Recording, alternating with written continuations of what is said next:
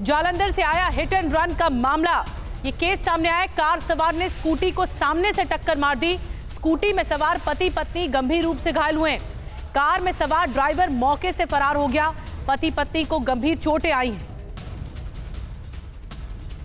तस्वीरें देखिए कितना भयंकर यह हादसा हुआ।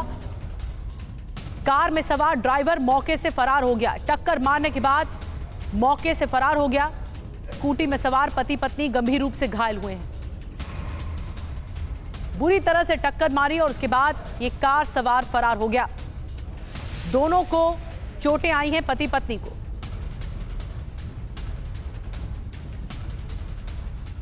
ये पूरी घटना सीसीटीवी में कैद हो गई। 25 फरवरी का ये देखिए वीडियो बताया जा रहा है, जब पूरा टाइम भी इस सीसीटीवी में दिख रहा है।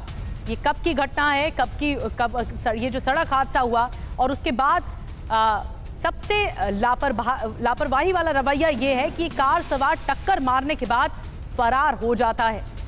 स्कूटी सवार को पहले टक्कर मारी, सामने से टक्कर मारी और फिर फरार हो गया। हिट एंड रन का ये ताजा मामला जोधपुर से सामने आया है, जालंधर से सामने आया, माफ कीजिएगा।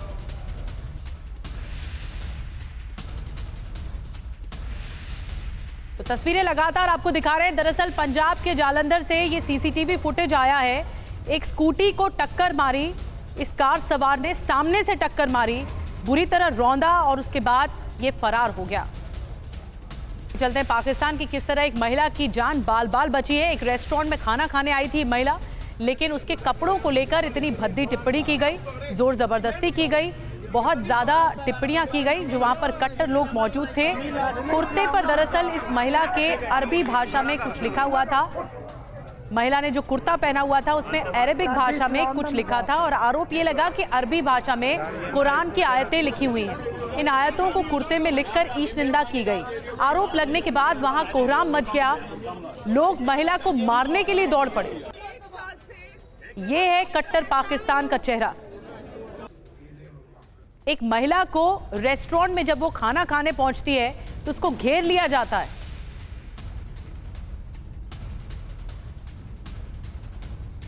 और महिला अपने परिवार के साथ शॉपिंग पर निकली थी, एक रेस्टोरेंट में कुछ खा रही थी, तभी भीड़ ने उस रेस्टोरेंट को घेर लिया और महिला पर गंदी गंदी टिप्पणियां की जाने लगी। वहां मौजूद भीड़ नारे लगा रही थी और ये कह रही थी कि महिला ने वो काम किया है जो उनके धर्म के खिलाफ है। भीड़ इतनी उग्र थी कि वो महिला के कपड़े फाड़ देना चाहती थी। बिना सोचे समझे भीड़ निर्णय पर पहुंच गई थी। भीड़ उसे मौके पर ही सजा देना चाहती थी, लेकिन किसी तरह महिला की जान बचा ली गई। महिला डरी सहमी हुई दिखाई दे रही है वीडियो में, रो रो कर उसका बुरा हाल रहा। वो शॉपिंग करने निकली थी, लेकिन कट्टर भीड़ उसकी जान की दुश्मन बन गई। और ये जो भी तस्वीर सामने आई है वो पाकिस्तान का क्रूर चेहरा बताती है। आइए आपको बताते हैं महिला ने जो कुर्ती पहनी हुई थी उस कुर्ती की असल सच्चाई क्या थी। पाक कट्टरपंथियों की दरअसल पोल खुली है और कैसे, देखिए ये कुवैत के ब्रांड का कुर्ता है जो आप देख रहे हैं। इस महिला ने जो पहना हुआ है, अरबी भाषा में शब्द लिखे थे, अरबी शब्द बढ़िया ये लिखा हुआ है इस कुर्ते में अरबी भाषा में। इसके अलावा जो उस तरफ आप एरो देख रहे हैं, कुरान की आयतें नहीं लिखी थी। जो आरोप लगाया गया वो बेबुनियाद ही है, पहला आधार ही गलत है और अरबी भाषा के कुछ और शब्द भी हैं इसमें। देखिए जो हम आपको बता रहे हैं कि अरबी भाषा में जो क्या सामने आया है। ये देखिए, ये जो जहां पर हम आपको एरो दिखा रहे हैं, ये जहां पे ब्लिंक हो रहा है एरो, ये जो शब्द लिखा है इस अरबी भाषा का शब्द होता है बढ़िया। ये कोई आयत नहीं है, आयतें नहीं लिखी हुई हैं। इसका जो अर्थ होता है, मतलब होता है, उसका मतलब बढ़िया है। इसका मतलब आधारहीन आरोप लगाए गए। अरबी भाषा के कुछ और भी शब्द थे, लेकिन जो बड़ी बात थी कि कुरान की आयतें करके आरोप लगाया जा रहा था कि इस्लाम का मजाक बनाया जा रहा है। ऐसा कुछ भी नहीं था। पाकिस्तान में दरअसल ईश निंदा कानून का दुरुपयोग बेहद आम है। किसी भी राह चलते शख्स पर आरोप लगा दिया जाता है और उसे सजा भी दे दी जाती है। अब आपको बताते हैं कि पाकिस्तान में ईश निंदा कानून को क्यों ये कहा जाता है कि कत्ल करने का लाइसेंस है। देखिए, पाकिस्तान में ईरान के बाद दूसरा सबसे सख्त ईश निंदा कानून है। इसके अलावा पाकिस्तान में ईश निंदा के आरोपी को मौत की सजा देने का प्रावधान है। हम आपको बता रहे हैं कानून क्या है। आरोप लगने के बाद दंगे और उपद्रव की दर्जनों घटनाएं सामने आती हैं और ये बहुत आम हो गया है कि किस तरह आरोप लगाए जाते हैं। हम आपको बता रहे हैं कि ईश निंदा कानून या कत्ल का किस तरह से लाइसेंस हो गया है। कई मामलों में आपसी रंजिश में ईश निंदा का आरोप लगा दिया जाता है। इसके अलावा 2011 में पंजाब प्रांत के गवर्नर सलमान तासीर की हत्या तक कर दी गई थी इसी बिना पर। सलमान तासीर ने ईश निंदा कानूनों में दरअसल सुधार की रिफॉर्म्स की बात की थी और इसके चलते उनकी हत्या तक कर दी गई थी। इतनी तो बर्बरता बढ़ती जाती है पाकिस्तान में ईश निंदा कानून में सजा दिलाने के नाम पर। और आपको बताते हैं कि पाकिस्तान में ईश निंदा पर कब कब कत्ल हुए हैं या मौत की सजा दी गई है, ईश निंदा पर कब कब कैसे कैसे खून बहा है, ये अब आपको बताते हैं। 5 अगस्त 2023 की तारीख याद दिलाते हैं। दक्षिणी बलूचिस्तान के तुर्बत में अंग्रेजी टीचर की हत्या कर दी गई। फिर उसके बाद 12 फरवरी 2022 की तारीख में भी आपको याद दिलाते हैं कि पंजाब प्रांत में मानसिक बीमार शख्स की हत्या कर दी गई। फिर 8 फरवरी 2022 को सिंध की अदालत ने नौटन लाल को जेल की सजा सुनाई इसी मामले में। 3 दिसंबर 2021 को श्रीलंकाई नागरिक को भीड़ ने मार डाला, लिंचिंग की गई, मॉब लिंचिंग।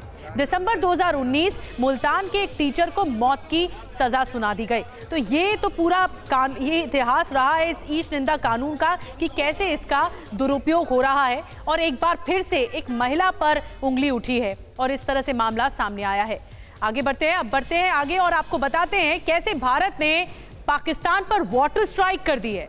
पाकिस्तान पर वाटर स्ट्राइक भारत की ओर से ठीक 5 साल पहले बालाकोट में एयर स्ट्राइक हुई थी और अब वाटर स्ट्राइक हुई है। ये देखिए बहुत बड़ी खबर है और पाकिस्तान के लिए बहुत बड़ा झटका है। आपको बता दें रावी नदी का पानी पाकिस्तान की ओर जाना बंद कर दिया गया है। शाहपुर कंडी बांध के गेट बंद कर दिए गए हैं। जम्मू कश्मीर पंजाब की सीमा पर ये बांध बना हुआ है और बांध का निर्माण कार्य पूरा हो चुका है। जल भराव भी हो रहा है, शुरू हो गया। शाहपुर कंडी बांध रावी नदी पर बना हुआ है। इस बांध का निर्माण कई दशकों से चल रहा है, लेकिन अब ये बांध बनकर तैयार है। इसके बनने से भारत का पानी भारत में ही रहेगा और यहाँ के लोगों के लिए और यहाँ की फसलों के काम आएगा। बुधवार से झील के कैचमेंट एरिया में पानी भरने का काम शुरू कर दिया जाएगा। ये भारत के काम आएगा, भारत के लिए फायदेमंद स्थिति होगी। पहले चरण में 8 मीटर तक पानी भरा जाएगा। पूरे बांध में पानी भरने में 2 से 3 महीने का समय लगेगा ही।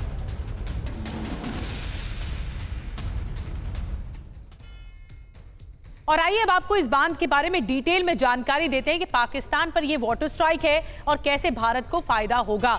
इसका नाम है शाहपुर कंडी बांध। भारत का पानी भारत के ही काम आएगा।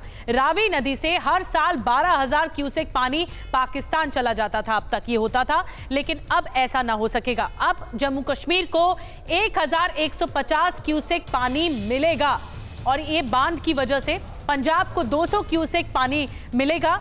इसी बांध की वजह से ये फायदा हो पाएगा। 200 मेगावाट बिजली उत्पादन भी हो सकेगा बांध के सहारे। और पंजाब हो या जम्मू कश्मीर हो, 32,000 हेक्टेयर जमीन पर इसमें सिंचाई हो सकेगी। ये बड़ी डिटेल सामने आ रही है। करीब 3,000 करोड़ रुपए में ये बांध बनकर तैयार किया गया है और इसीलिए कहा जा रहा है कि ये एक तरह से नज़ीर है, एक उदाहरण है। भारत के लिहाज से ये फायदेमंद स्थिति है। और आपको बता दें कि शाहपुर कंडी बांध कब से बन रहा है, इसकी पूरी टाइमलाइन क्या है आपको बताते हैं। पूरी टाइमलाइन शाहपुर कंडी बांध की जो टाइमलाइन है, जिसमें 1960 में हुई भारत पाकिस्तान में सिंधु जल संधि। रावी सतलज व्यास के पानी पर भारत का हक है। सिंधु झेलम चेनाब के पानी पर पाकिस्तान का हक है। ये संधि है। 1979 में पंजाब जम्मू कश्मीर ने बैराज बनाने के लिए समझौता किया। फिर 2008 में शाहपुर कंडी परियोजना राष्ट्रीय परियोजना में घोषित की गई। 2014 में पंजाब जम्मू कश्मीर के बीच विवादों के कारण परियोजना रुकी रही।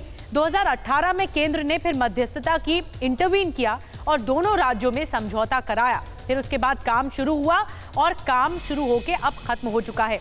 TV9 भारतवर्ष संवाददाता अंकित भट्ट शाहपुर कंडी बांध पहुंच चुके हैं और वहां से अंकित भट्ट की ये रिपोर्ट दिखाते हैं। पाकिस्तान को जा रहा रावी नदी का पानी अब पूरी तरीके से बंद होने जा रहा है। दरअसल जम्मू कश्मीर और पंजाब के बॉर्डर पर बन रहा बैराज, जिसका नाम शाहपुर कंडी बैराज है, उसका निर्माण पूरी तरीके से हो चुका है और अब पाकिस्तान को जा रहा भारत के हिस्से का पानी अब बंद कर दिया जाएगा। दरअसल 1960 में भारत और पाकिस्तान के बीच में एक ट्रीटी हुई थी जिसे इंडस वाटर ट्रीटी कहा जाता है, और इस इंडस वाटर ट्रीटी के तहत 3 नदियों का पानी पाकिस्तान के हिस्से में आया था, इंडस, चिनाब और झेलम। वहीं भारत के हिस्से में आया था सतलुज, रावी और ब्यास, जिसके बाद रावी नदी का पानी पूरी तरीके से ज़ाया हो रहा था और पाकिस्तान की सीमा में जा रहा था। लेकिन अब शाहपुर कंडी बैराज का काम पूरी तरीके से हो चुका है, जिससे पाकिस्तान को जा रहा हमारे हिस्से का पानी अब पाकिस्तान नहीं जाएगा। इससे क्या फ़ायदा होगा ये हम आपको समझाने की कोशिश करेंगे। इससे जम्मू के सांबा और कठुआ में तकरीबन 1150 क्यूसिक्स पानी जो है वो हर दिन सांबा और कठुआ में किसानों को मिलेगा, जिससे 32,000 हेक्टेयर ज़मीन पर इरिगेशन होगा। ना सिर्फ इतना बल्कि 37,000 बंजर पड़ी पंजाब में ज़मीन में भी इसका पानी जाएगा, जिससे बंजर पड़ी ज़मीन जो है वो पूरी तरीके से हरियाली में कन्वर्ट होगी।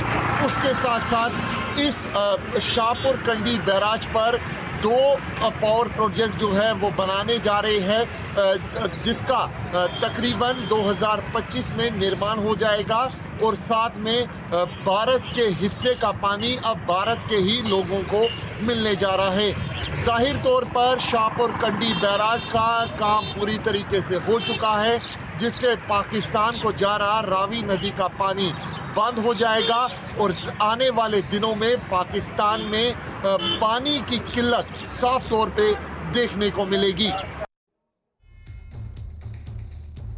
चलिए लाउड एंड क्लियर में आगे बढ़ते हैं। अब आपको एक सनसनीखेज मर्डर का वीडियो दिखाते हैं। ये मर्डर हुआ जोधपुर में, राजस्थान के जोधपुर में सनसनीखेज मर्डर हो गया।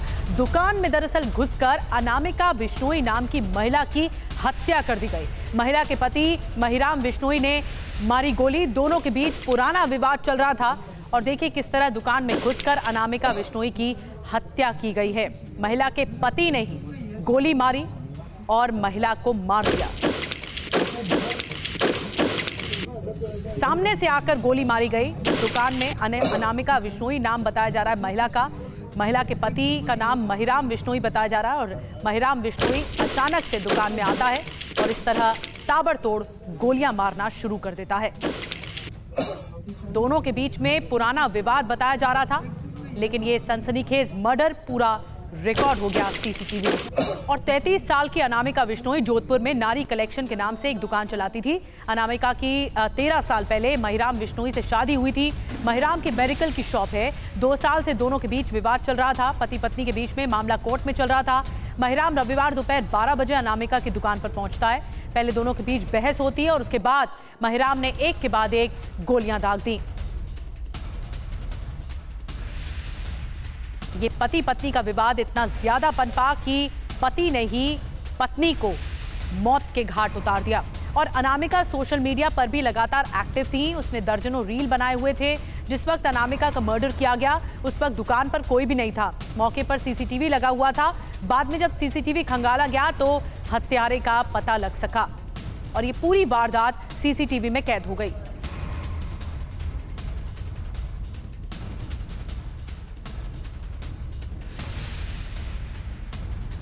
तो हम आपको बता रहे हैं कि किस तरह जोधपुर में एक सनसनीखेज वीडियो सामने आता है, एक सनसनीखेज मर्डर सामने आता है। दरअसल ये पूरी घटना सीसीटीवी में कैद हो गई। आपको हम 4 तस्वीरें दिखा रहे हैं कि किस तरह इस पूरे मर्डर की टाइमलाइन रही। पत्नी की गोली मारकर हत्या कर दी गई। बताया जा रहा है कि रंजिश पत्नी से पुरानी चल रही थी पति की, और ये मामला कोर्ट में भी चल रहा था। सीसीटीवी में पूरी वारदात कैद हो गई और इस हत्याकांड के बाद सनसनी मच गई है जोधपुर में। पुलिस जांच में जुटी हुई है कि इसमें मंशा क्या थी पति की, और इस मामले में पुलिस का क्या कहना है आपको सुनवाते हैं। महिला को लेके आए, गन शॉट इंजरी है जिसके, तो SHO साहब वहाँ गए थे तो पता लगा उसके महिला के गन शॉट इंजरी है और वो फलोदी की नारी कलेक्शन के नाम से शॉप चलाती है। और प्रथम दृष्टया जब CCTV फुटेज देखा है तो उसको उसके पति द्वारा ही गन शॉट इंजरी पहुँचाकर मारना प्रथम दृष्टया पता लगा है। तो पति का तलाश कर रहे हैं और बाकी इन्फॉर्मेशन जुटा रहे हैं। सर महिला कहाँ की रहती है? महिला खारा के खारा में है, खारा ग्रामीण इलाका फलोदी। क्या पता कितने टाइम से कर रही है सर? इनका आपस में कोई पहले से दहेज का मामला भी चल रहा है, तो प्रथम दृष्टया जो चीज़ें हैं मैंने आपको बताई हैं, बाकी चीज़ कर रहे हैं। पति का गाँव कौन सा है? महिराम में पति का गाँव कौन सा? गाँव उसका Nagra sir, Nagra Mahiram. Okay sir. तो बच्चे वगैरह हैं? हाँ, इसके बच्चे हैं, बच्चों से थोड़ी पूछताछ कर रहे हैं, सादा वर्दिंग भेजे हैं। महिला यहाँ पे अकेली रहती? हाँ, महिला यहाँ अकेली रहती है, अपनी नारी कलेक्शन की दुकान में काम कर रहे हैं। कितने सालों से अपने पति से अलग है? अभी ये सारी चीज़ें कलेक्ट कर रहे हैं। अभी प्रथम दृष्टया यही पता लगा है कि इनका दहेज का मामला चल रहा है, आपस में विवाद है, और सीसीटीवी फुटेज जो देखे हैं उसमें भी आपस में बोलचाल करते नजर आ रहे हैं। पहले झगड़ा हुआ है? हाँ, पहले कोई बातचीत हुई है, विवाद हुआ है, बातचीत विवाद पे, फिर उसके बाद गन शॉट इंजरी। और इस सनसनीखेज मर्डर पर ध्वज आर्य हमारे साथ और ज्यादा जानकारी के साथ जुड़ गए।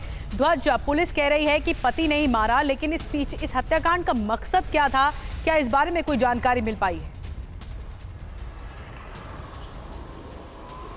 देखिए निधि, इस पूरे हत्याकांड के पीछे जो वजह आ रही है वो सबसे बड़ी बात यह है कि इंस्टाग्राम पर जो फॉलोअर थे, जो कि अनामिका बिश्नोई जिसकी हत्या हुई, उसके जो फॉलोअर थे 1 लाख से ज़्यादा फॉलोअर थे इंस्टाग्राम पे, और इसी को लेकर जो ये जो पति पत्नी के बीच में जो झगड़ा था वो काफ़ी लंबे समय से चल रहा था। 2 साल पहले ये घरेलू हिंसा और उसके साथ साथ में दहेज प्रताड़ना का जो ये मुकदमा दर्ज कराया गया था, तलाक की अर्जी लगाई गई थी। इसको लेकर लगातार जो अनामिका बिश्नोई है वो लगातार जो है अपने जो फॉलोअर्स हैं उनको बढ़ाने के लिए इंस्टाग्राम पर रील डालती थी। इसी से जो पति है लगातार गुस्सा कर रहा था और इसी को लेकर उन्होंने मामला दर्ज कराया था घरेलू हिंसा का और दहेज प्रताड़ना का। तलाक का केस चल रहा था और हत्या केस से पहले जो पति है महिराम, ये पहले उन दोनों बच्चों से मिलता है जो कि उनके घर जाता है, पहले उनको बता दिया जाता है उसने, और ये कहता है उन दोनों बच्चों को कि आज तुम्हारी माँ को मैं मार दूंगा।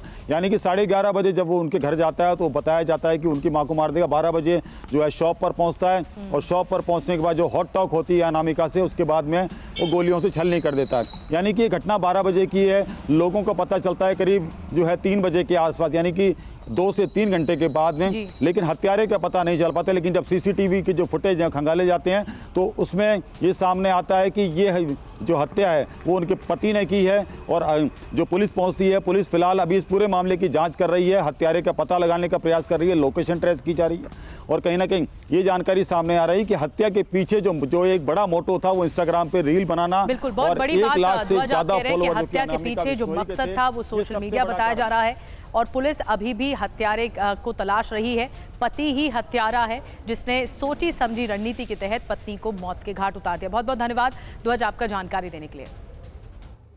और आइए अब आगे बढ़ते हैं। आज की सबसे बड़ी इंटरनेशनल न्यूज आपको बताते हैं। व्लादिमीर पुतिन ने खुलेआम यूरोप को धमकी दे दी है। यूरोप के देशों पर न्यूक्लियर अटैक की धमकी दी गई है। आज की एक और बड़ी स्टोरी, इंटरनेशनल स्टोरी, यूक्रेन को नेटो में शामिल न करने की चेतावनी दी है। नेटो से युद्ध हुआ तो न्यूक्लियर हथियार विकल्प है, ये कहना है पुतिन का।